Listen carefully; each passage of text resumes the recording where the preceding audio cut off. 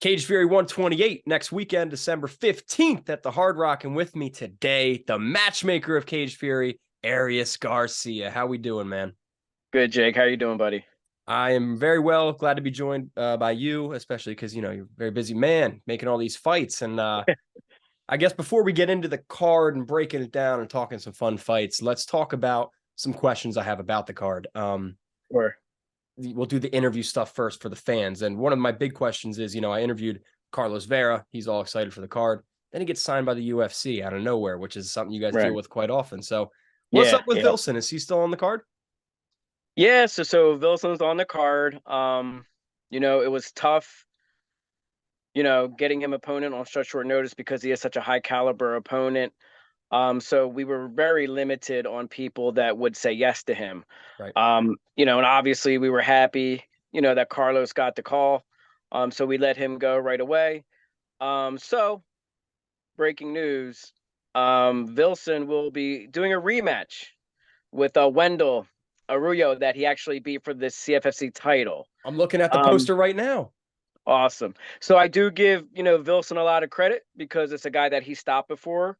So you really can't do any better, by stopping. And I give credit to Wendell, who was like, you know what, I got to avenge my last loss, and it, was for the title. So, I again, there weren't too many people raising their hands to fight Wilson at the 11th Sure. hour. Awesome matchup. CFFC 120 rematch right there.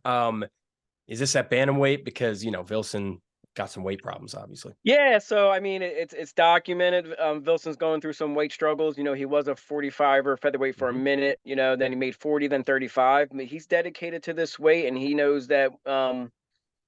You know, i- if he has aspirations of the UFC, it's got to be at bantamweight, and you got to show you got to make the weight. So, talking to his team and his management, they're still saying 135 is the weight for them. The last fight with Tariq, they're not blaming any weight. They blame it on I think it was food poisoning. They actually came to Florida, Tampa early, and hopefully it was just a bad case of food poisoning, and hopefully, knock on wood, there's no issues with the weight cut here.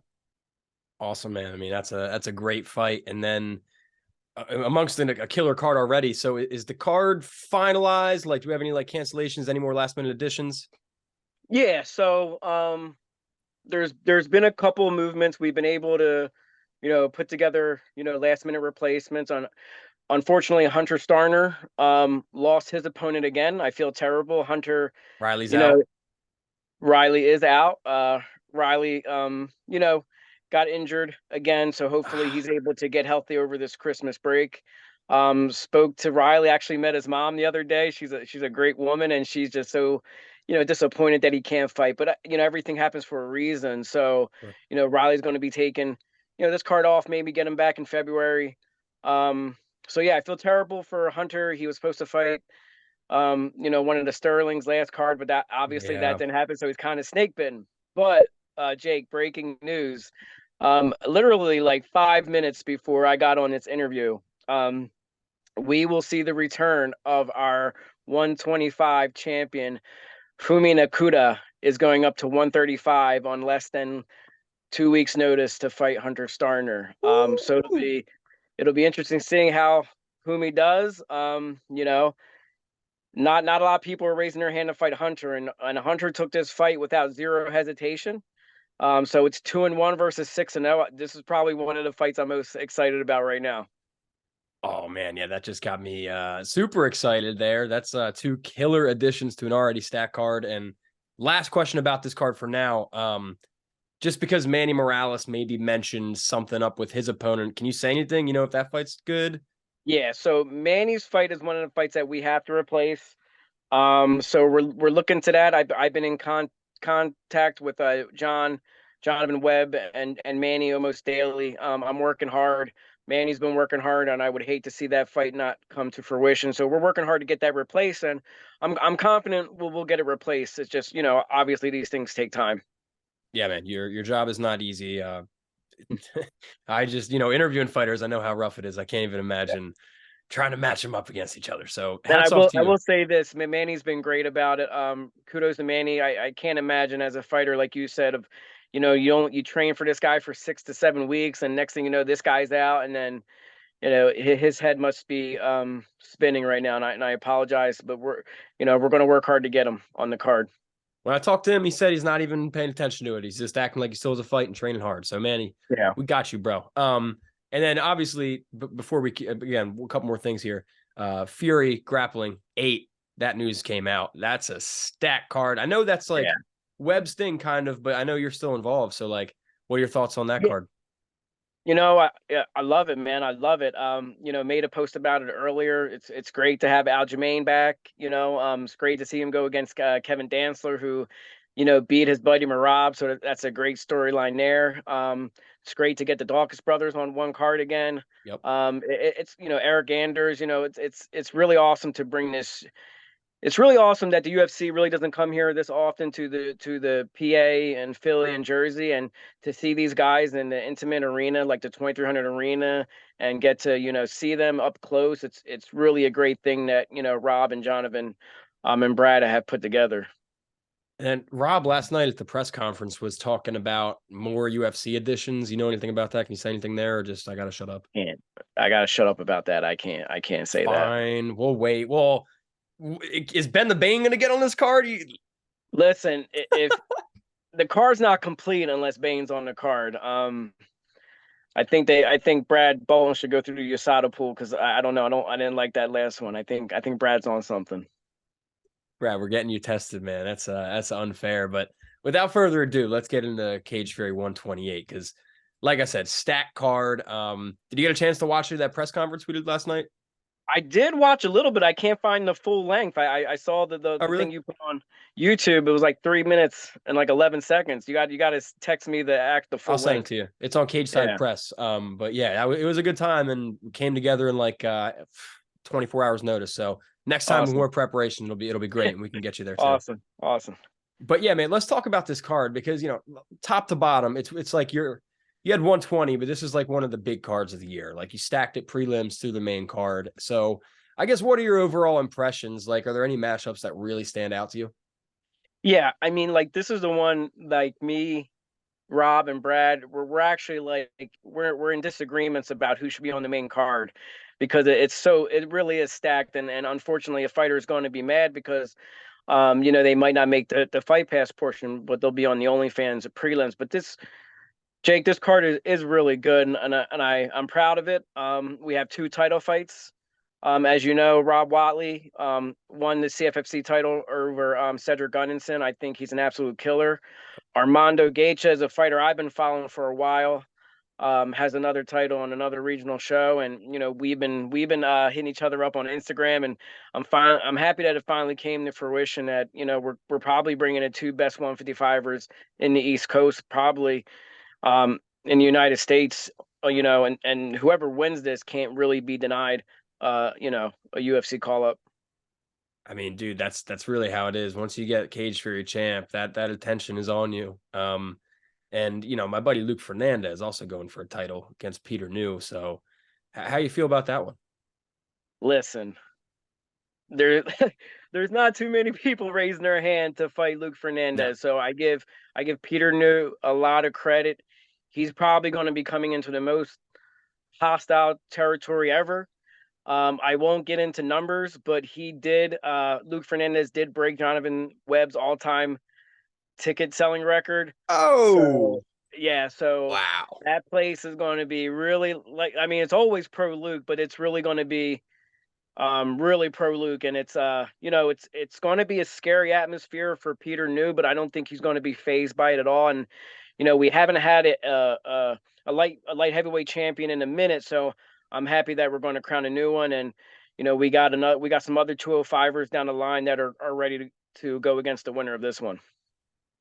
Yeah, man. I mean, Luke, good buddies with Luke, but from what I've seen of Peter, like this isn't an easy fight for either of these guys. Like this is a fight that could go either way, and it's going to be a banger.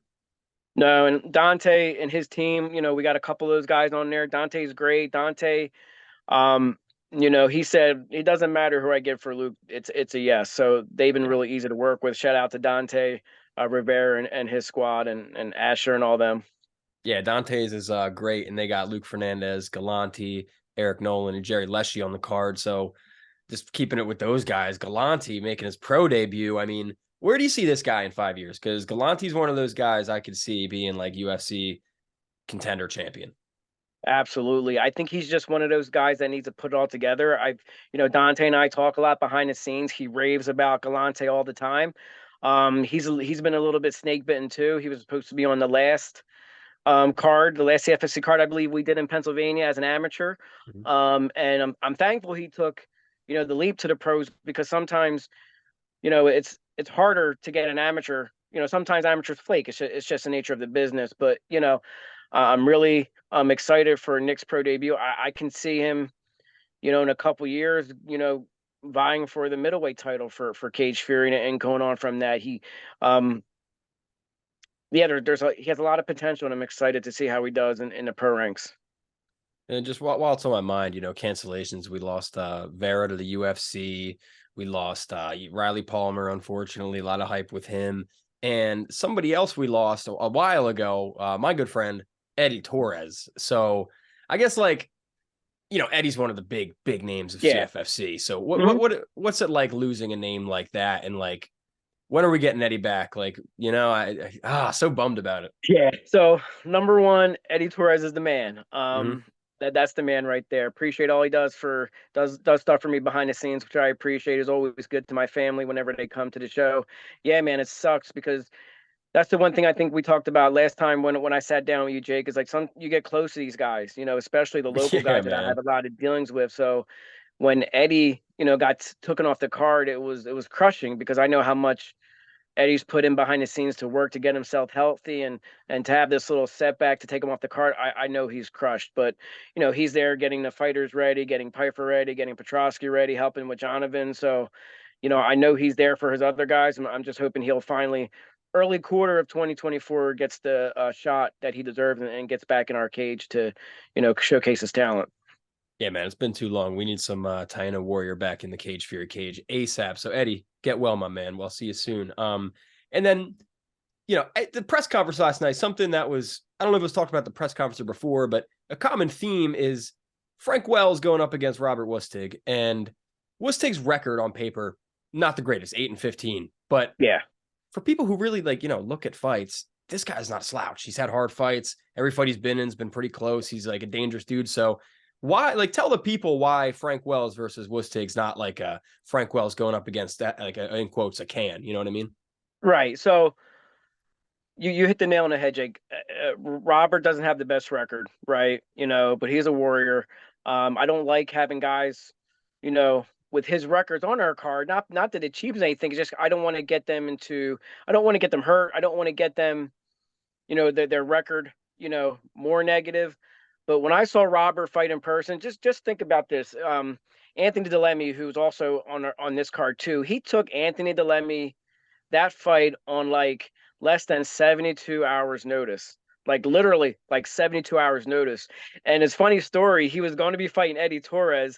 And when Robert came down here, we've asked Eddie, this guy needs to make weight. Throw him in the sauna, put him through a workout, and don't let him come out. So he took him to Team Taino Oh yeah. headquarters and made him, lose the weight. So it was a real interesting story. But when you see someone like Robert fight in person and know that this kid's talented, he might not win of all his fights, but he's in every one of his fights. So Robert came in here, did a 3-round war with Anthony Delemy, who I think the world of. Mhm. And then I think they got into it a little bit on social media. I think Frank, and Frank came me up and said, "Man, that kid's tough. I want to fight him." And as like look at who Frank fought. Jose Perez, Chris Killers. Vassell. Hmm. Then he went up to fight Ontario Gladney, and and if you remember that fight, Ontario dropped him early, Yes, he did. and I was like, man, Frank's going to have another tough. And Frank persevered and just used his Muay Thai and just kicked his legs out. And I think the world of Frank, and I appreciate him too. He doesn't take an easy fight, and please, by no means, I know Robert doesn't have the best fight, but this is not by any stretch of the means an easy fight. Yeah, 100%, man. No easy fights in Cage Fury, Arias. You know that. That's right. That's the motto. Got you, dude. And another question about this card. I mean, there's, a dozen up and coming incredible talents, but out of those, there's like three guys that stand out, undefeated, a lot of hype behind them. Delemy, Alonzo Turner, and Robert Vericchio. Between those three guys, man, like I'm not asking to pick favoritism, but I guess compare those three guys. Like, which of those three do you see as being like, yo, that guy really could be next? All of them. And I'm not trying. I can back that up. I agree. So yeah, I can back that up. So let's just take it one by one. Alonzo Turner. I will tell you, there's been I would have to say CJ Lafregola is top 5 easy. hardest people to match up for. Mm-hmm. Hardest people to, if you Google CJ Lafregola, you're just going to see wrestling, wrestling, wrestling, Oh wrestling. You're going to yeah, see undefeated amateur record. You're going to see 1-0 in the pros. He's like another Pat Sabatini where if I have a card 8 weeks out, that's not enough. I need 12 weeks to find an opponent for CJ Lafregola. We offered it to the Alonzo. They were supposed to fight in Atlantic City, but it was just too soon, so we moved it to Tampa. And Alonzo showed me a lot, man. I think the world of CJ. I think CJ's UFC potential. mm-hmm. And he was able to submit CJ, which blew my mind. I really think that the winner of this between him and Eric Nolan. I think the world of Eric Nolan. I mean, that guy. Eric's awesome. Oh my God, I love that guy. But I think the winner of this. How can I deny either a title shot? The 170-pound belt for CFFC is open, and if one of those, I couldn't deny any of them. They're so both of them are just really good, and wow, the winner is going to be scary. Before you go on to Vericchio and Delemy, is it kind of safe to say Nolan and Turner's the title eliminator almost? Yeah, absolutely. Awesome, man. That's I sick. mean, Alonso's only 3-0. If he wins here, he's 4-0. If Eric wins, he's you can pencil him versus whoever for the 170 title. Yeah, man, that's going to be a great scrap. And like I said, the other two guys, Vericchio and Delemy, talk about them a little bit. Yeah, Vericchio's a monster. He's coming from Tiger Schulman. They're a great team. He's training with Shane. He's training with Ryan. Those killers out there. He's 4-0. He's in a great division at 155. He's got it all. He's got jiu-jitsu. He's got power. He also faced adversity his last fight in I think it was in PA. He fought an undefeated guy from Rufo Sport. Apologies, I can't remember his name, but knocked him out. So he's another guy that at 4-0, in a couple more fights, whether he wants it, he can be fighting for the title too. Yeah, you got the prospects all under your wing right now, man. You're holding them from all these other promotions.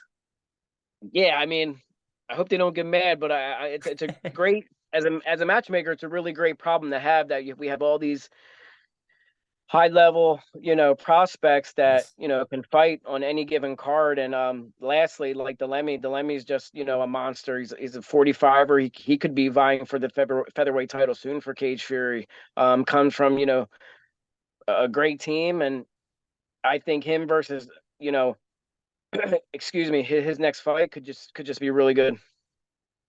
So, ladies and gentlemen, if you don't understand by now, CFFC 128 is going to be a very exciting card. So make sure you tune in UFC Fight Pass and OnlyFans, or just buy a ticket and come to Atlantic City on December 15th. I'll be there. Arias will be there. Got to come say what's up.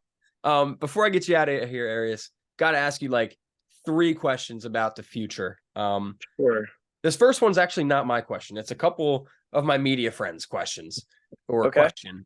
They're curious, and I know Rob's probably the real person to ask, but you got power. You know what's up. So not why is there no media availability for Cage Fury, but is that a potential to ever happen in the sense of having some people come cover weigh-ins or talk to fighters or at least be like media row for coverage, writing articles? Do you see that in the future ever? Yeah, I mean, we kind of, gotten away with that with the pandemic just because of how many people we were allowed cage side. And Jake, as you know, there's some quote unquote media People that really suck. aren't media. They're just fanboys. And Yeah. Rob and I have gone through the years where we granted this person press release and this person press release, and they're sitting in media row, no notebook, no tablet, no, whatever. Free ticket. Free ticket, and that kind of rubbed us the wrong way. There's people like Dave Weinberg, who used to write for Atlantic City Press, would have his notebook, and he would be right, and we'd have a story on Atlantic City Press the next day. So it's something that we can reconsider. You've been nothing but great to us, you and Zach. So you guys would be first on the list. But it's just something we're trying to, and we just have to be very protective of our content. Everything, you know how it is, Jake. Everything is about clicks, analytics, Yep. views. So we try to control some of that because we want, the most exposure for our brand. Yeah. So it's nothing against, the media, but we just want to, just make sure the people we let in are doing it for the right reasons. And, like I said, we've done, interviews with you, we've done interviews with Zach. So we really do appreciate what you and Zach, do for us. And yeah, we'll definitely see some movement on that. But again, and we got to abide by, Fight Pass too, who like Yeah. owns the content only, OnlyFans, and we kind of try to save some of that content for the providers that, are on a subscription based. Yeah, I totally get it. But yeah, it would be cool to get some people in there covering at least like, because I'm a fan too. Just seeing some of that content on YouTube, your guys' YouTube, it'd be awesome. But yeah, thank you for the insight, and don't worry, I'll bug Yeah. Rob about that too. It's not just you. And then in terms of fights for 2024, I know you're all focused on this weekend. You guys got Muay Thai, wrestling, grappling. You guys got a lot of stuff going on. But Yeah. are there any big fights on the horizon for 2024 that you can speak about, even if they're not official? Like any plans? I mean, we're going to have so many title defenses the first quarter. Yeah. I'm hoping to get Kyle Dog because I got to talk to his manager. I'm trying to get him in the first quarter in PA, hopefully in February, to defend his title versus a great opponent. Opponent's been begging for him. I'm not going to say his name, but if you've seen on social media, he's fought for Cage Fury twice now. Um, yeah, I'm looking forward to that. I'm looking forward to crowning a 170 champion, which we talked about earlier. Looking forward to crowning a new bantamweight champion. I'm eager to see what Jose Perez is up to. To see if we can get him going. I mean, that guy should be in the UFC, but I know. What's up with that, man? I don't know. I don't know. But hopefully he gets the call by the time 2024 rolls around and it's a mute point. But I think, we have looks like we're going to be in Philly in February. We're going to be in March in Tampa. So we got a lot of exciting things. But as regards to actual fights, not yet. You're trying to stress me out, Jake, and I don't like it. But Dude, come on. we'll I had to talk. get a little journalist. We got it. We'll talk about it behind the scenes, though, what we got cooking. You can always tell me to buzz off on like in an interview. I Nah, don't get nah, offended. nah. You're the man, Jake. You're the man.